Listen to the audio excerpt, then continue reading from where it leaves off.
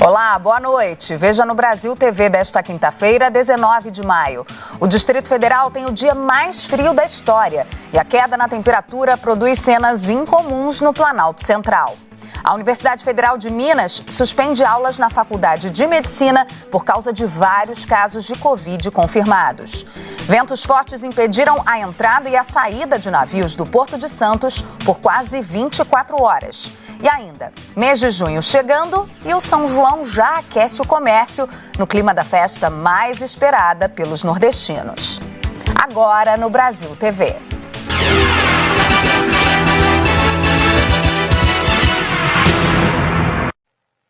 A gente começa falando do dia mais frio da história do Distrito Federal. Os termômetros chegaram a 1,4 grau. Antes, o dia mais frio tinha sido lá atrás, na década de 70, 1,6 grau. É neve? Não, é gelo mesmo, no capô do carro. Próximo à Épia, perto de uma das entradas para o Lago Norte, o registro da geada no gramado. Cristais de gelo. Lucas e Marina acordaram cedo para fazer os vídeos. A tão esperada quinta do frio chegou. No plano piloto foram registrados 6,9 graus, com sensação térmica de menos 2 graus. Você ouviu certo. Temperatura negativa. E isso foi de madrugada. Ultrapassamos 2 recordes, de maio, mais gelado, e do dia mais frio da história do DF, 1,4 grau. O recorde até então era dos anos 70. No dia 18 de julho de 1975, plano piloto registrou 1,6 grau. Hoje, 19 de maio de 2022, 1,4. Tá frio. Tá frio! De madrugada na rodoviária foi preciso se esconder atrás da pilastra ou ficar sentado no chão para fugir do vento. Todo mundo de casaco. A luva ajudou. Tô com 3 blusas aqui, morrendo de frio, toda empacotadinha. Desde que eu tô em Brasília, nunca fez tanto frio assim, não. A turma da limpeza adaptou o uniforme com blusa de frio embaixo. Touca protegendo cabeça e orelha. Agora é esquentar, trabalhando. Amanhã eu vou trazer mais blusa de frio. Uma fumaça densa subia da piscina da água mineral, que já é gelada durante todo o ano. Imagina como ficou hoje. E acredite, os corajosos apareceram. Estes homens decidiram nadar na água congelante, não dá para acreditar. Corajosos também, no Parque da Cidade, se exercitar sem roupa de frio e até correr sem camisa. A gente sabe que o exercício aquece, então bora correr. No meu caso, eu preciso de uma comida bem quente, senão eu não consigo nem raciocinar. Caldo quente, fumegante, de carne com abóbora. Silvia mora no Riacho Fundo 2. Estava desempregada. Decidiu fazer caldos em maio do ano passado. Vendia 25 caldos por noite e agora as vendas duplicaram. Às vezes tem cliente que liga pedindo mais, já não tem mais, né? Tudo que você faz, vende? Vende, graças a Deus. Pelas ruas, casacos, casacos e mais casacos para aguentar o dia mais frio da história do DF. Essa loja especializada em camisas térmicas e casacos para o frio intenso viu o movimento quadruplicar nessa semana. E São Paulo também teve mais uma madrugada gelada. Na capital, muitos moradores em situação de rua enfrentaram o frio intenso e dormiram nas calçadas. Vários também aceitaram abrigo. Nem tinha amanhecido. Voluntários chegaram ao pátio do colégio com cobertores, agasalhos, pão e café quentinho para distribuir para as pessoas que passaram a madrugada ali. A fila foi ficando grande. Um alento para quem enfrentou mais uma noite gelada nas ruas. Como que eu só dormi com essa coberta? Fala pra você. Hoje que a mão congelou, até a cabeça, a nuca se congelou, irmão, de verdade. Muita gente que vive nas ruas prefere não ir para os abrigos, mesmo nos dias mais frios. Tem muita gente, né, amigo? É muita gente demais, as casas de abrigo não tem tanta vaga assim, né? Porque é muito morador de rua, né? É muitos que dormem na rua. E muitos também não vai, né? Não gosta, né, de ir pra lá, né? Só que eu mesmo prefiro ficar na calçada, né? Eu não consigo ficar trancado, né? 5 horas da manhã, 6 horas da manhã você já tem que sair do albergue. Você não pode ficar dentro do albergue mais. Pra você ficar tem que ser fixo dentro do albergue. Então a maioria da gente não é fixo, a gente vai pro albergue hoje, dorme dentro do albergue, mas quando dá 5, 6 horas da manhã a gente tem que sair para ir pra rua pro frio de novo. É melhor continuar aqui mesmo, que aqui a gente tá no nosso frio, mas assim, tem as pessoas de bom coração que trazem uma manta, um café para nós. E tá aqui de manhã, vai continuar a mesma rotina novamente. Na região central, calçadas estavam tomadas de homens, mulheres e crianças, dormindo ao relento. Também tinha muitas barracas e gente que buscou proteção no ponto de ônibus. A prefeitura diz que fez 325 atendimentos de ontem à noite até a madrugada de hoje. A maioria das pessoas foi levada para os serviços de acolhimento.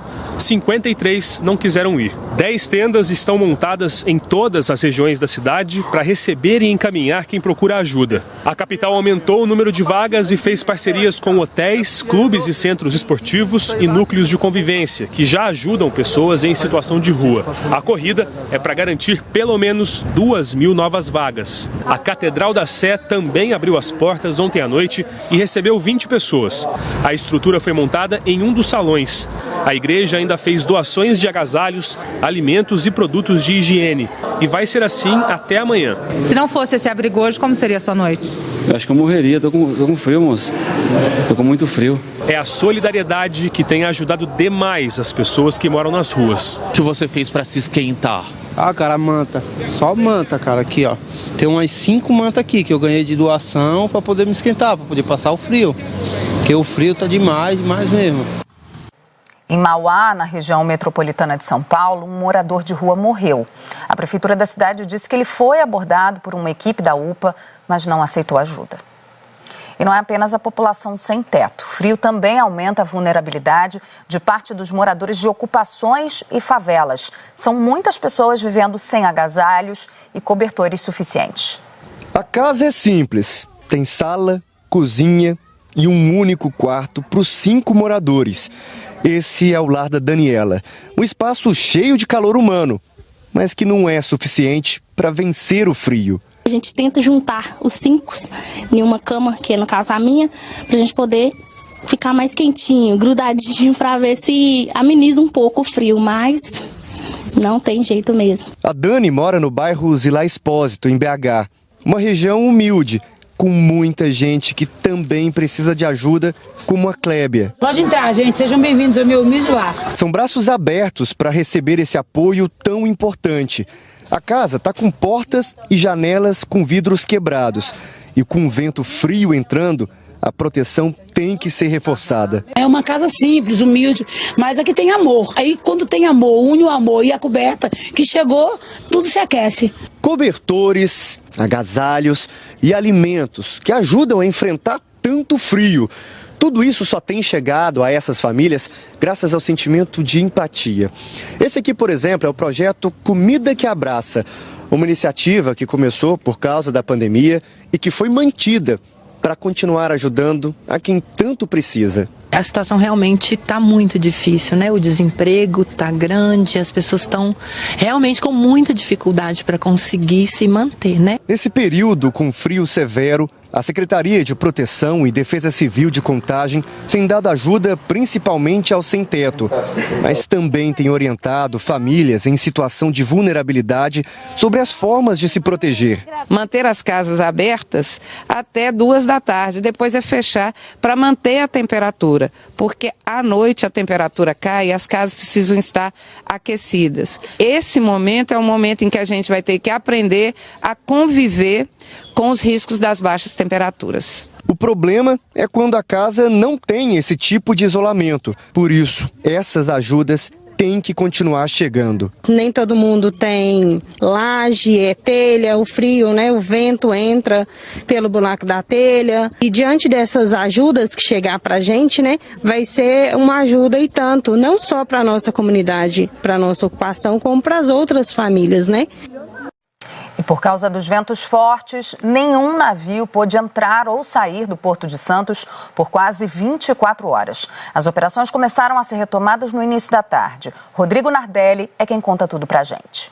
O Porto de Santos foi reaberto com restrições agora há pouco, como você disse, para liberar a entrada e a saída de navios. Estão sendo analisados o tipo de carga e também o tamanho da embarcação. Como vocês podem observar, o mar como você disse, continua agitado e está ventando bastante, condições que interferem na navegação. Segundo a Capitania dos Portos, ontem a velocidade dos ventos por aqui chegou a 80 km por hora, o que deixou também o mar agitado. As ondas atingiram 3 metros de altura. Segundo a autoridade portuária de Santos, 13 navios não puderam sair do porto e outras 10 embarcações aguardaram para entrar.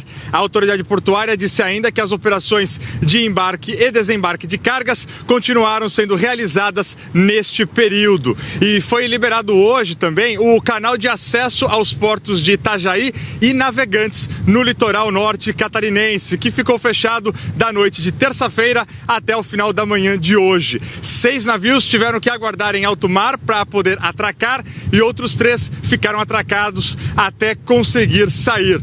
O motivo também foi as condições climáticas.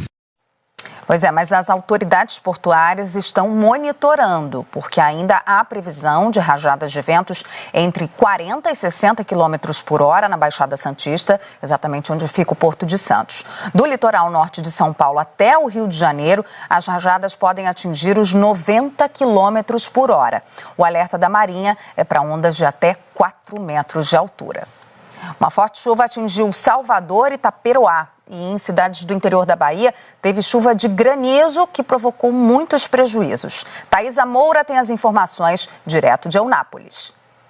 Olá, Lilian. De acordo com moradores, 15 minutos de temporal com direito a chuva de granizo e fortes rajadas de vento foram suficientes para destelhar casas e estabelecimentos comerciais, derrubar árvores centenárias, quebrar postes de energia elétrica, interromper o fornecimento de internet e o sinal de telefonia móvel, além de causar prejuízos a comerciantes e gerar preocupação na cidade de Belmonte, aqui no extremo sul da Bahia. De acordo com a Defesa Civil da cidade, 2 famílias ficaram desabrigadas. O prejuízo maior foi na Praça Dejanira Rezende, onde estava sendo montada a estrutura para o aniversário da cidade. A festa estava prevista para começar nesta sexta-feira. A Universidade Federal de Minas Gerais suspendeu as aulas presenciais das turmas do 2º, 4º e 7º períodos do curso de medicina. O motivo foram os casos de Covid confirmados entre os alunos. Pois é, a confirmação de casos de Covid-19 fez com que turmas aqui da Faculdade de Medicina da UFMG, que fica na região hospitalar aqui da capital, tivessem as aulas presenciais suspensas. São as turmas do 2º, 4º e também do 7º período. E essa suspensão ela vai durar aí um período de 7 dias. E essa é uma medida que já estava prevista no protocolo da UFMG, que determina aí a suspensão das atividades presenciais quando 3 ou mais casos são registrados num período de uma semana. De acordo com a Faculdade de Medicina aqui do UFMG, os alunos estão sendo acompanhados e nesse período as aulas vão seguir aí no formato remoto. E a gente lembra, na UFMG, tanto aqui no campus Saúde, na região hospitalar, mas também no campus Pampulha, o uso da máscara é obrigatório em todos os espaços. Agora, olha essa história. Nem a igreja escapa da ação de bandidos no Rio de Janeiro. Em São Gonçalo, na região metropolitana, uma paróquia foi assaltada 7 vezes em uma semana. E o detalhe é que ao lado dessa igreja funciona uma delegacia. A igreja fica no bairro Neves, em São Gonçalo.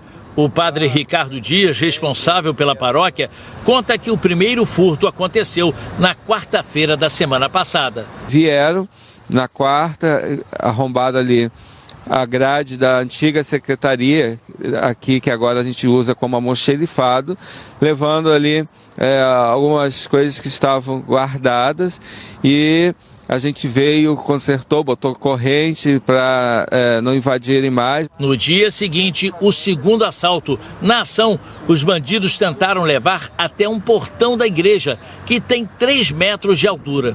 Eu ouvi um barulho Eu levantei, né, fui assim, quando acendi a luz, eles viram que tinha alguém, saíram, né, quase levando um portão aí de 3 metros, 2 metros por 3, o portão do carro, que é também de alumínio, só largaram porque viram que tinha alguém próximo, né? Já são 7 invasões em uma semana. O principal alvo dos furtos é o material de alumínio. E a igreja ficou assim: grades arrombadas, vidros quebrados, fios soltos e 10 luminárias levadas. Os bandidos pulam esse muro aqui para conseguir entrar na igreja. O detalhe é que a paróquia fica ao lado dessa delegacia, a cerca de 50 metros de distância. Testemunhas contam que já viram usuários de drogas invadirem a igreja. Em todo o bairro, sim, né? Pessoas que têm vindo de outras regiões, parece que do centro de São Gonçalo, como também de Niterói, têm vindo para o lado de cá.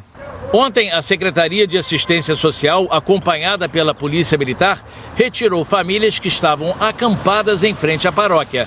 O padre cobra as autoridades e espera que os furtos acabem no bairro. Já entraram, seja aqui no Senac, já entraram no fórum, já invadiram aqui algumas casas de pessoas aqui da comunidade que têm dito que eles têm roubado desde número, né, hidrômetro, número do portão, número das casas que também eram de alumínio, roubado calhas, já o furto tem sido frequente, mas na igreja já 7 vezes entrando seguido, né, aí também já, né, a gente tem que tomar alguma providência, né? A Polícia Civil diz que investiga o caso para identificar e prender os criminosos responsáveis por esses furtos na igreja. A Polícia Militar diz que faz patrulhamento nas ruas do município e que houve redução no número de furtos registrados na região. Moradores da região do centro de São Paulo ainda sentem os reflexos da operação policial contra traficantes na semana passada. Isso porque os usuários de crack estão mudando o local onde se agrupam para usar a droga. A Cracolândia não acabou, só mudou de lugar. Desde a operação policial na Praça Princesa Isabel, no último dia 11, o fluxo já mudou de endereço 2 vezes. Primeiro se instalou na Rua Helvétia, entre a Rua Barão de Campinas e a Avenida São João. E desde a última segunda-feira está na esquina da São João com a Rua Frederico Steidel, bem na porta do trabalho da Nicole. Ficou uma coisa um pouco com medo, né? Se eles fossem fazer alguma coisa, entrar dentro das lojas. Esses vídeos foram feitos por ela. Dá só uma olhada na situação que ficou a rua. Além dessa questão da insegurança, quem mora aqui no centro de São Paulo também tem que lidar com um lixo que é descartado pelos dependentes químicos quando eles deixam um local. A gente está aqui na Rua Helvétia, entre a Rua Barão de Campinas e a Avenida São João. A Prefeitura de São Paulo já fez uma limpeza desse local hoje pela manhã, recolhendo bastante entulho, mas o mau cheiro, ele permanece. Mesmo quando a gente joga água aí, fica um cheiro muito suportável, cara. Mas precisava ser feito uma bela lavagem com produto, né? Porque é muita sujeira, eles fazem as necessidades deles aí nas calçadas, entendeu? Fica meio complicado. O Ministério Público Federal entrou com uma ação civil pública pedindo que a Justiça Federal obrigue o município e o Estado a elaborarem um plano de ação para garantir o acondicionamento e a destinação adequada do lixo, de forma a evitar o descarte e a permanência dos resíduos nas ruas. A ação pede ainda que a Anvisa acompanhe a evolução do risco à saúde dos pacientes, visitantes e funcionários do Hospital Pérola Byington, que será instalado em julho na Avenida Rio Branco, esquina com a Rua Helvétia, em razão do acúmulo de toneladas de lixo no local. O pedido do MPF abrange toda a região da Cracolândia, inclusive o endereço onde eles estão agora. A Ana Tiana mora em um prédio nessa rua e explica como a presença do fluxo na porta de casa mudou a rotina de todo mundo. Os comerciantes não estão podendo trabalhar, que ficam aqui na rua, fecharam seus comércios, estão tomando prejuízo, né? Ela não quer simplesmente empurrar o problema para outra vizinhança. O que a Ana Tiana e outros moradores pedem é a solução definitiva do problema. Que a gente não quer pra gente, a gente não quer pros outros, né? Então não adianta sair da nossa rua e ir para uma outra rua aqui próxima ou para algum outro local que as pessoas vão realmente passar aquilo que a gente está passando, que a gente sabe o quanto é ruim. Essas pessoas precisam de tratamento, né? Elas não precisam de mais violência, elas não precisam de força policial, elas precisam de tratamento porque uma dependência química é uma questão de saúde pública, né? Em nota, as procuradorias do Estado e a do município disseram que até o momento não foram citadas e que estão à disposição para prestar os esclarecimentos necessários. Também em nota, a Anvisa disse que foi notificada sobre a ação civil pública e que se manifestará no processo e dentro do prazo definido pelo juiz. Imagens das câmeras de monitoramento da rodovia Regis Bittencourt podem ajudar a polícia nas investigações do acidente com o ônibus da dupla sertaneja Conrado e Alexandro. Foi há menos de 2 semanas, esse acidente aconteceu no Vale do Ribeira. 6 pessoas morreram e 2 continuam internadas. O delegado da DIG de registro que investiga o caso já está analisando as imagens cedidas pela concessionária que administra a estrada.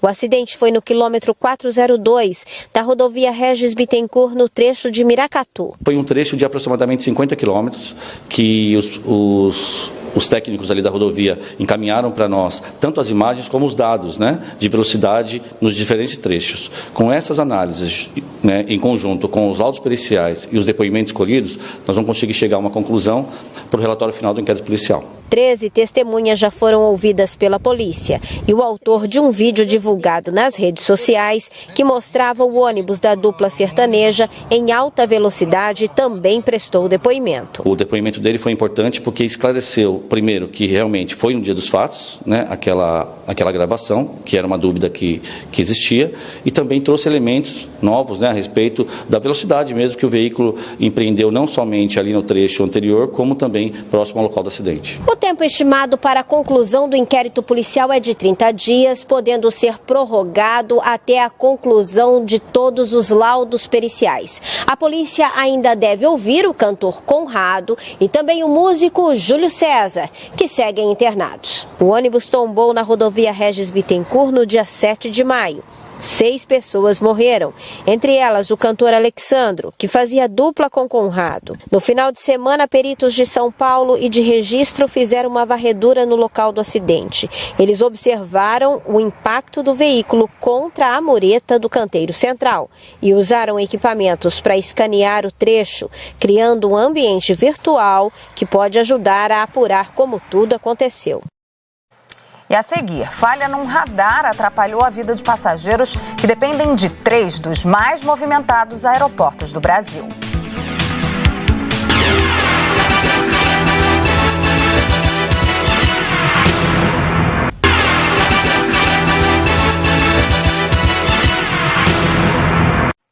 Brasil TV de volta e agora falando da manhã de muitos atrasos de voos nos aeroportos de Cumbica, Congonhas e Viracopos. Tudo porque o radar que controla o espaço aéreo em todo o estado de São Paulo teve problema.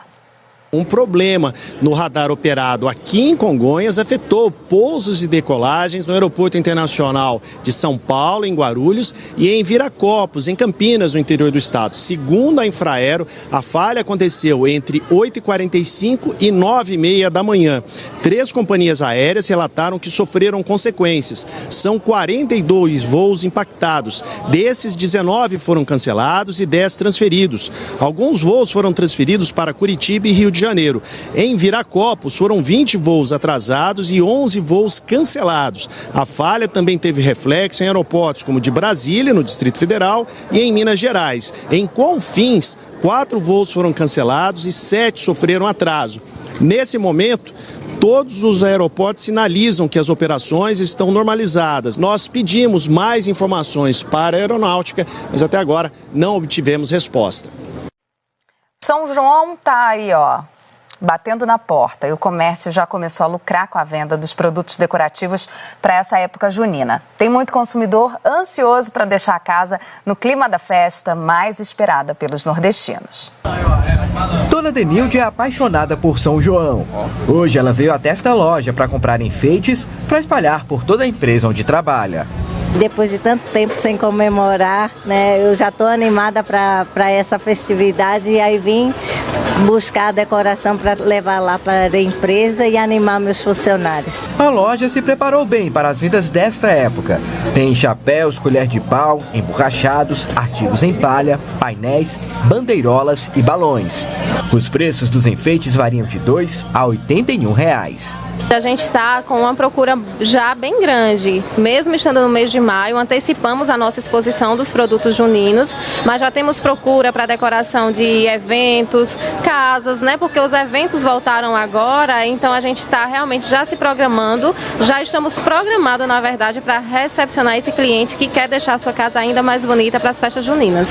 Na entrada desta outra loja tem um portal só de chapéus e outros artigos em palha. Os clientes são recebidos com uma mesa de comidas típicas da época. Os enfeites juninos vão desde balões, painéis e bandeirolas até fantasia para quadrilha. A expectativa é de que as vendas aumentem até o início dos festejos. Que seja comemorado assim, grande estilo, como retorno, né? Não só nas festas grandes, como em casa, nas chácaras, nas fazendas. A gente vai trabalhar isso. Tem muita coisa de São João. A gente investiu, né? Mais do que os anos anteriores, já trabalhando em cima dessa perspectiva. Dona Maralvina veio dar uma olhada e pesquisar os preços. Ficou encantada e animada para a festa. A diversidade é assim, bastante coisa bonita para fazer a decoração. Fazer realmente assim uma festa junina bem interessante. Brasil TV fica por aqui. Outras notícias logo mais no Jornal Nacional, às 8h30 da noite, hora de Brasília. Ótima noite para você. Até amanhã.